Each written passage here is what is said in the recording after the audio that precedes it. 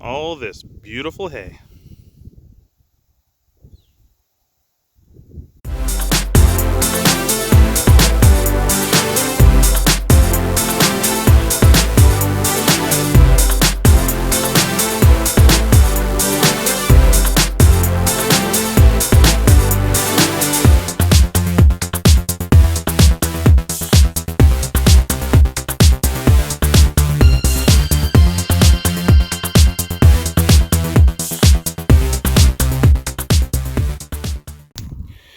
Welcome back.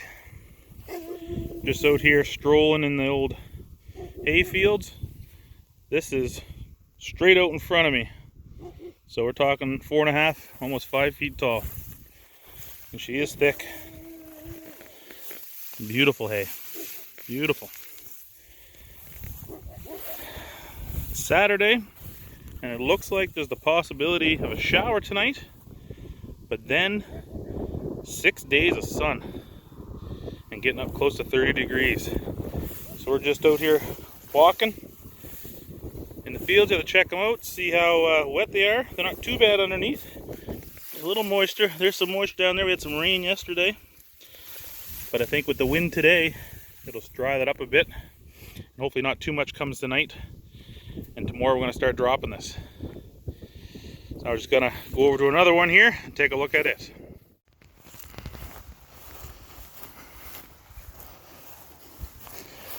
A couple thistles managed to survive.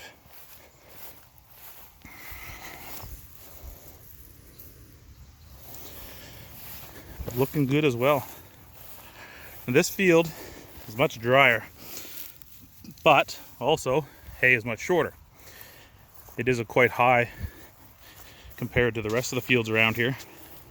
This is one directly, that's my place over there, directly over the fence. But this one here, the ground is really good underneath. This will dry much faster. But this hay field's looking good too. She has a possibility to come down tomorrow.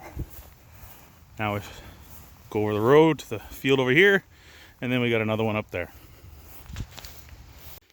Well, it's actually Sunday now. Rolled over to the next day. I've been doing a little work on the bale stacker. It is going to be a hay day for 3 out of the 4 fields. Far field's good.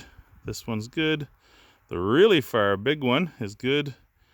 This one here, just on the other side of the trees that goes across the property down the back, it's like walking on a sponge. So it is not going anywhere.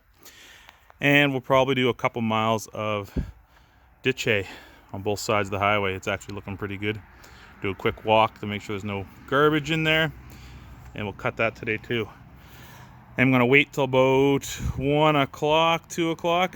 Had quite a heavy dew last night and a couple of sprinkles of rain, but I think it's still gonna be good. So, killing time on the old bale stacker.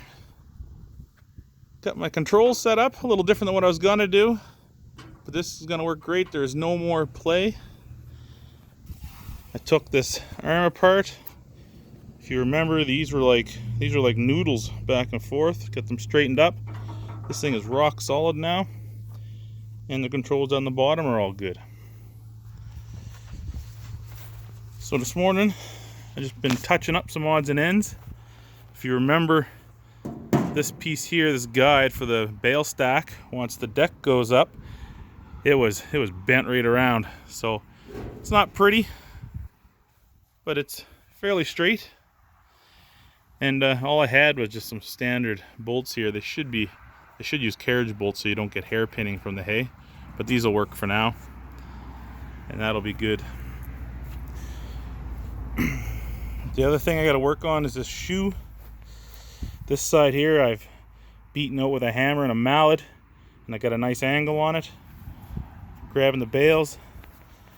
This side here though, I straightened it out a bit, but it's mangled, and this is no good.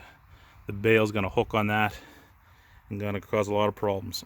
So I was trying to fix what's here, but it's, as you can see, it's been welded so many times over the years. I think what I'm gonna do is I got some channel, heavy channel, that's formed out of plate. I think I'm going to just cut this right off here and continue on in a nice angle here and make a new one. And after that, the welder pulled out and hooked up, we're going to cut off this big push bar. It is definitely not straight at all.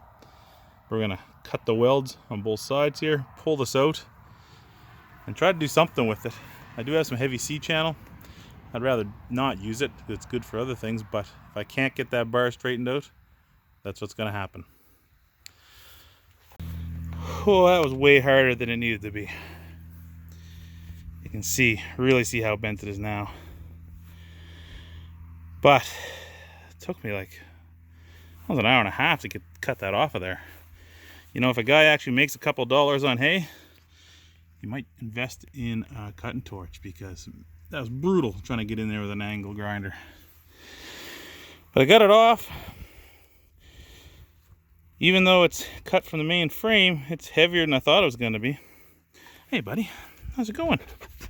Hey, heavier than I thought it was going to be.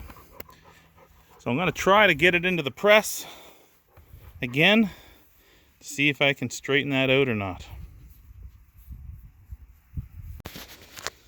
Well, definitely not my best work, but we got this thing cut apart. It's the only way this is going into the press. She's rough, but the hay not going to care. And I can fill all the holes with weld. No one will know the difference. So now that I got it apart, now it's time to clean up these welds here so there's no big bumps, so it'll lay flat on the deck. And I'll get this thing pressed out.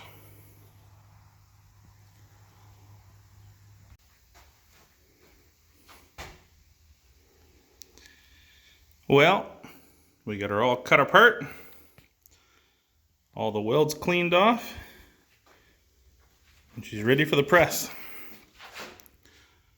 That's the old beast there. Ready to be straightened out, but it's got to be about 25, 27 degrees outside today. So it is hay time, yeah! Been waiting for this for, 3 weeks.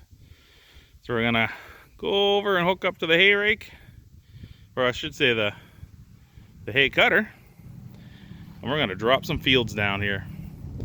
And that'll probably be what we're doing for the rest of the day. And I'm sure I'll take you around for a little bit of looking.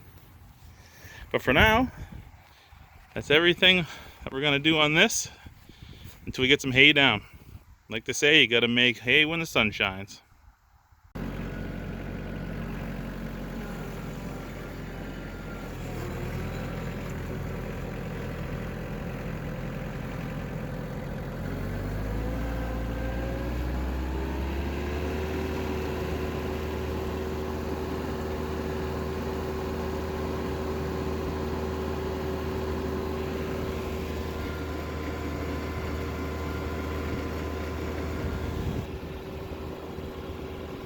That's the field, that's like a swamp. And hopefully we can get in over there.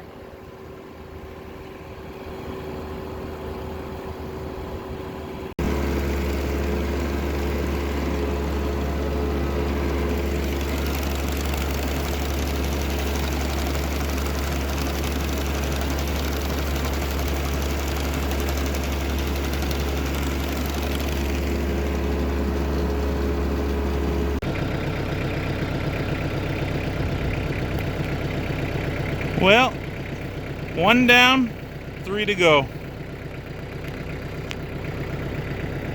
This was so tough. 4 foot, 4.5 foot tall all the way through the back there. What a time. I'll go home, get something to eat, get a drink, and continue on. And for you guys, I'll see you next week. Thanks for watching.